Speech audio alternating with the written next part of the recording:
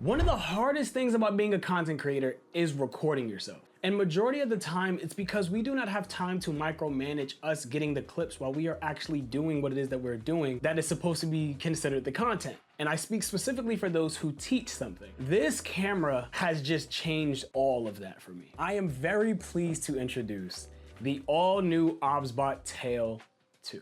As y'all know, this video is sponsored by Obsbot, but just like in the last video, it will not skew my perspective on this camera at all. I took this camera out in real world situations, about 3 or 4. I'm about to take it out on another one with me right now. And my opinion on it is as true as any can get, just like in the previous Obsbot review I did, which in that video, the biggest problem I had with that camera was the fact that its camera quality couldn't hold up with the quality of work that I do now. But this, I'm not gonna say too much yet, okay? We just gonna get into it, okay? Let's get into it. Now, before we get into my personal review, just a couple key points that Obsbot claims about the Tail 2. It features next generation AI tracking, unparalleled 4K image quality, revolutionary 3-axis PTZR, enhanced connectivity options, expanded protocol support, and user-oriented hardware and software. From those key points, the two biggest things that stuck out to me before I even used this was the AI tracking and the unparalleled 4K unparalleled 4K imaging. What? Bet.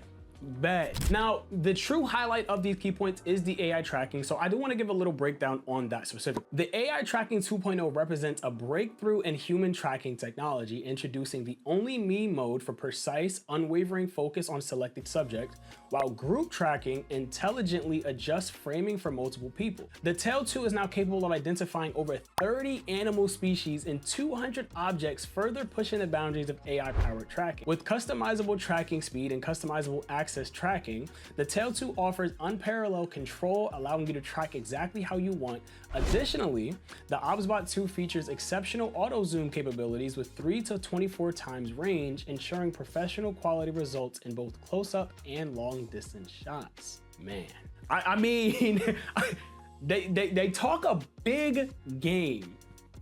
That's all I'm gonna say there, man. That's all I'm gonna say. And then just to touch on the image quality. The Obsbot Tail 2 captures stunning 4K 60, 1080-120 video with 12 pieces of optics and a 1.15 CMOS sensor. It's 12 times hybrid zoom and a 5 times blah, blah, blah. We only cared about the original specs, which is the 4K 60 to 1080-120. That's our biggest thing right there. Now that we got that out the way, let's talk about my personal opinion. I'm gonna break this down into the shoots of which I used the Obsbot Tail 2 for. The first shoot I used it for was a media day. I did a runway media day. The media day didn't matter. The setup is typically the same, and I was using it to figure out how well will it track me while I'm setting up. What I wanted to test about this camera was its ability for me to set it up, press record, and leave it alone until I was done setting up. Because the one thing I cannot do, I'm on a timer while I'm setting stuff up. I can't be sitting here trying to make sure I'm getting the right angles and all of this stuff, because I gotta make sure I get the setup done so that I'm set up on time to do to work. That was the one thing I wanted to test on this that I don't believe I did on the Obsbot Tail Air. And might I say, it seems like someone is holding a camera vlogging. The way it tracks me as I'm getting closer, as I'm grabbing equipment, as I go further away. Now, I did not do the whole optical zoom thing. I didn't really tap too much into how to use that. But regardless of the fact, this thing worked really well with keeping up with me. It didn't lose any tracking. Now, it wasn't in a crazy situation, but how often will I ever be in a crazy situation to record BTS? It did record me as other people were walking through the frame very simply in that shoot. It worked well. So my hopes were really, really high after this first session. In that first session, I was only shooting in, I believe, the 4K 30 FPS, maybe 4K 60, but it was in 4K. Now we move over to shoot 2. Now in this shoot, it was a basketball player being trained by a trainer, and what I wanted to do was highlight the training section. I wanted to highlight the trainer and the player equally. And at the same time, my objective for this camera was to be able to test its ability to track me as well as tracking my subjects. Not at the same time, obviously, different clips, but I just wanted to see how it operated at both times. Now, at the beginning of this session, I decided to play around with the camera quality a bit, and I wanted to see what the 1080-120 looked like. Terrible. Absolutely trash. It's unusable because when I took this back home and I looked at the quality, I'm like, oh, this is not good. I could tell when I was looking at it on my phone a bit, but I'm like, oh, maybe it's just the phone resolution, you know, like auto adjusting. It was bad. Like the 1080 is unusable. It is 120, so the slow mode does work pretty well. I mean, it's 120 FPS, but shooting in 1080p on this camera, it's a no-go at all. So then I eventually changed it over to the 4K 60. It looks so much better than the Tail Air. The camera quality looks good as well as the colors. I could go as far as to say I would not mind using this for something like this, right? I didn't even mind the Tail Air for the BTS, right? I would argue that this camera quality is so good that I would use it for a professional shoot as a secondary camera because the quality is just that good. Obviously, the one thing I also wanted to test was how good is it compared to the A1. Now, the A1 being a mirrorless powerhouse of a camera, it obviously is not going to exactly compare to it. But if you look at these shots side by side, you can easily tell the quality difference is not that bad. The look looks a little different, obviously, because one is more zoomed in, but in terms of what looks good to the eye, it's not that like crazy different versus obviously the 1080p. Man, they did an amazing job with making the camera quality on this good because I'm truly amazed at how good that is. I was able to send her all the footage just from the Obsbot Tail 2 and it looks just as good as if she had her phone on like one of those little selfie spot, like selfie gimbal things, man. You know, it's good. It's just good. And I'm sorry if I'm like talking fast or just getting a little excited, but I'm kind of reliving it because in the moment, I was really excited at how good it was performing. Especially when the basketball player had to run down the court and I'm watching this camera track him, walk all the way down, run all the way back. It's tracking him so easily, keeping up with him the whole time, right? There's times where he's running through drills, doing fast movements, basketball, right? He's doing fast movements, traveling to the basket, changing direction. The camera's keeping up with him the entire time. It's having no issues. On top of that, a problem that the Tail Air had that this one solved easily, when things would walk past your tracking point, sometimes it would lose tracking. This, no. When I tell this to track a specific subject, it does not matter who walks past that frame. It will always follow that subject. It does not matter. You can have it track one subject. People can walk back and forth through that frame. It's going to stick with that person no matter where they are. And I find that to be absolutely amazing and mind-blowing because how does it do that? I don't know. I generally don't know. I don't need to know. I just love that it works. It did speak on the tracking speed. When I was at this shoot, I did have it on the highest tracking speed, obviously because the basketball player would be moving fast. And one of my worries with that, it would be pretty jittery. It was not jittery. It was smooth. Majority of the time, not even majority, it was smooth. You know what I mean? It was very smooth tracking damn near the entire time. Now, there are some situations where I don't really fault the AI tracking for losing its tracking capabilities. Just let's say something completely blocks your frame and it completely blocks, so you put your hand over the frame and something's completely blocking it, it can't see anything. Sometimes it'll lose tracking, but the second something moves from in front of that camera or you move your hand, it will retrack or relocate the person that you had it originally tracked and start tracking it again. I've seen it pretty much refocus its tracking so many times. It's amazing, bro, because like I said, it goes back to that pretty much set it and forget it capability. Because even sometimes where something will disrupt the camera, it will always jump right back to where it was supposed to be and who it was supposed to be tracking. Now, those are pretty much the only two shoots I really took it on to test its capabilities because I just wanted to test its ability to be able to work with a client and also work for me for BTS. But another thing this camera is amazing for is its run and gun capability for content creators. Sometimes I do my videos for my POV videos, like the intros and outros with the Tail Air that's up here. Quality, no good, right? You can see on screen right now the intros for some of these POV videos, the quality is it's just not that good, right? This changes all that. I could just easily move this around somewhere, which I could do with that as well, but I can move this around somewhere, set it up real quick. I could use the gesture control to get it to start tracking me and recording with another gesture and record an intro very easily and make it engaging because I can have the tracking go with me. And it's pretty compact, right? It's pretty compact, it's pretty simple, and you can go ahead and set it anywhere. Not to also mention the bottom is magnetized. Now, I don't know how strong it is, so I wouldn't go hang it off the side of anything, but it will have no issue pretty much setting it somewhere, but you could also just put it on a tripod. And one thing I did in my last POV video was I used this for my intro and I set it up in my closet and just did a little bit of intro, and the fact of it's tracking me and it was just made so simple and it's high quality.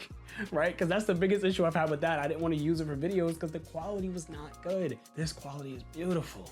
It's good. Currently, what they sent me was a beta version of things because I had everything before it released. And the last thing, which I guess this is pretty much the pros category, the last thing I want to talk about is the software. It's simple. The one on your phone, it's very, very simple. You know, it's just as simple as the other one. I don't really have any trouble loading it up, connecting to the camera. You can connect it either to your Wi-Fi or your cellular. It connects within a couple seconds every time I'm on site. Starting the tracking is simple, pressing record is simple, changing the settings is simple. It's all pretty easy. That's pretty much all I can say about the software for that, man. It's simple, man. It's simple. That's pretty much all of the pros and the things I love about this camera. But there are a couple cons. I know I was just pretty much glazing the AI, but it's not perfect, right?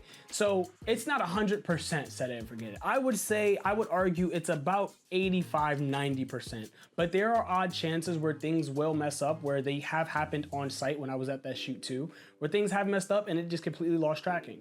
And it was just no longer tracking anything anymore. So that did happen, and I had to just go and readjust it.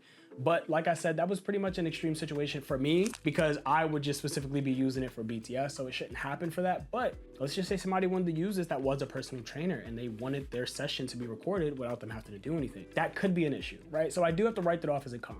The other con would definitely have to be the fact that 1080 is even offered. I don't think it should be offered at all because it is nowhere near as good as the 4K. The camera I'm shooting on now, both of my A1 and my A7 III both shoot in 1080 120. It does not look nowhere near as bad as this camera's 1080. The 1080 compared to the 4K, it is unparalleled. Because they love that word. That is unparalleled. I don't even believe anyone would shoot 120 with this, but the fact that it's offered, it kind of shows that, oh, you can do this. And they would assume for the price that they're paying for this, they're doing it at a high quality, but they're not. So I have to write that off as a con. Now, a con that is gonna be coming from the software, not the mobile software, that is perfectly fine. It's the computer software. As y'all know, I do use the 𝒏𝒆𝒄𝒄𝒉 to do my live streams, which I have to use the software on the computer for, which I have no issues with. But the software for this on the computer, I do have issues with, and I've had a lot of trouble booting it up, and sometimes it will literally just disconnect because I use OBS with it.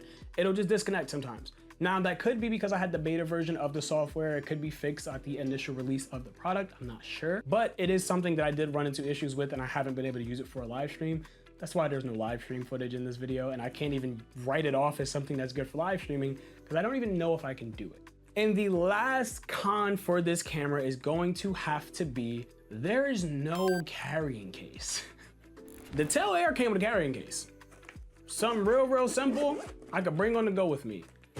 This did not. Now, it's not that much bigger than the 𝒏𝒆𝒄𝒄𝒉. It's not that much bigger. A carrying case, pretty much, you know, maybe 30 to 40% bigger than this could have easily fit this camera. And that would have been pretty efficient for me to put this in my camera bag because I just wouldn't feel comfortable putting this in my bag like this. So it's just me just throwing this in my camera bag like this. I don't know, because it's so mobile to move around and stuff like that, I don't feel comfortable putting it in my camera bag. I would prefer it to be in somewhere where it's going to be locked in place. So once again, they sent me the beta version. Maybe the full version comes with a carrying case, but for the price point this comes in at, I feel like it should come with a case because no one wants their stuff breaking. And then it just kind of gives off the intent that it's not supposed to be something that's mobile to take with you on the go or stuff like that. But I feel like that's a great capability of their cameras in general. And that is going to be all. That is my full review of the Obsbot Tail 2. I am so thankful to have had the privilege to review this product because it's a great product. I think I said this about the 𝒏𝒆𝒄𝒄𝒉 when I received it. It was one of my best products that I had received, one of the most useful products that I have received. And this just tops that by like 10 times because it's something that I can use even more. If I can get the live streaming working on this, that 𝒏𝒆𝒄𝒄𝒉 is going in the closet. It's gonna be a backup camera. It's definitely going in the closet because everything about this is just better. Now it is double the price point. I haven't said the price, but y'all have seen it on screen. It is double the price. So yeah, I would expect and assume for it to be better, but it is still something to point out. But that's gonna be all for this video. Once again, Obsbot, I appreciate you guys for giving me the opportunity. This partnership has been amazing thus far. And listen, I appreciate you guys as well, all my supporters for just the DTV, the whole DTV army. Y'all have been amazing in making the channel grow and helping the channel grow. It's the reason I've been able to do stuff like this. I know some of y'all have mentioned being tired of product reviews. How y'all think I do these giveaways? Come on now. No, I'm not giving this away. Y'all don't even need this. Y'all know I need this to make content for y'all. Y'all don't, come on. I'm not giving y'all this. No. But that's gonna be all for this video. I appreciate you guys so much. Don't forget to drop a like, subscribe to the channel. Don't forget to check out the Obsbot link in the description down below. I'm pretty sure it is just the initial release, so there is going to be a discount code in the description down below. Just check it out. Whatever the link is down there, tap in. Beyond that, I love y'all, man. I appreciate y'all. Don't forget to stay creative. See you next one.